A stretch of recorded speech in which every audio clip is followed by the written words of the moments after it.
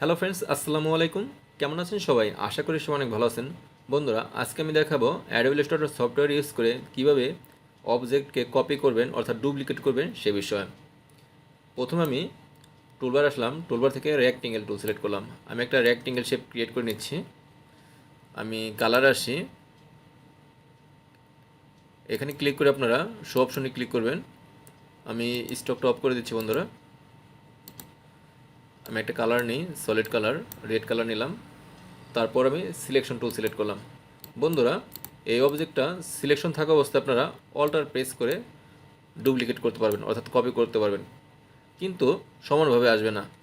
একটু ব্যাকে যাই, কন্ট্রোল জেড প্রেস করে আপনারা অবজেক্টটাকে সিলেকশন করবেন। শিফট অল্টার চেপে আপনারা কপি করতে পারবেন এবং সমানভাবে আসবে, হরিজন্টাল অথবা আবার যদি আমি নিচের দিকে নেই তাহলে দেখাচ্ছি ভার্টিক্যাল। শিফট অল্টার চেপে কপি করবেন, সমানভাবে যাবে, ভার্টিক্যাল হরিজন্টাল সব দিকেই। একটু ব্যাকে যায়, কন্ট্রোল জেড প্রেস করে আপনারা সিলেকশন করবেন অবজেক্ট, তারপর শিফট অল্টার চেপে কপি করতে পারবেন। তারপর কন্ট্রোল ডি প্রেস করবেন, সমান দূরত্বে পেস্ট হতে থাকবে। এইভাবে আপনারা হরিজন্টালের দিকে অথবা আমি দেখাচ্ছি ভার্টিক্যালের দিকে শিফট অল্টার চেপে কপি করবেন, তারপর কন্ট্রোল ডি প্রেস করবেন, সমান দূরত্বে পেস্ট হতে থাকবে।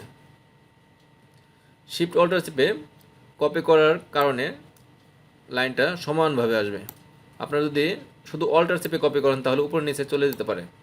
তার জন্য অবজেক্ট সিলেকশন করে শিফট অল্টার চেপে এভাবে ডুপ্লিকেট করবেন, তারপর কন্ট্রোল ডি প্রেস করবেন। আমার দেখুন সিম্পল স্টেপ ফলো করে আপনারা যে কোনো অবজেক্ট অথবা টেক্সট এভাবে ডুপ্লিকেট করতে পারেন। আমার এই ভিডিওটি ভালো লাগলে ভিডিওতে একটি লাইক দিবেন, আর আপনি যদি আমার চ্যানেল নতুন দর্শক হয়ে থাকেন প্লিজ আমার চ্যানেলটি সাবস্ক্রাইব করে পাশে থাকবেন।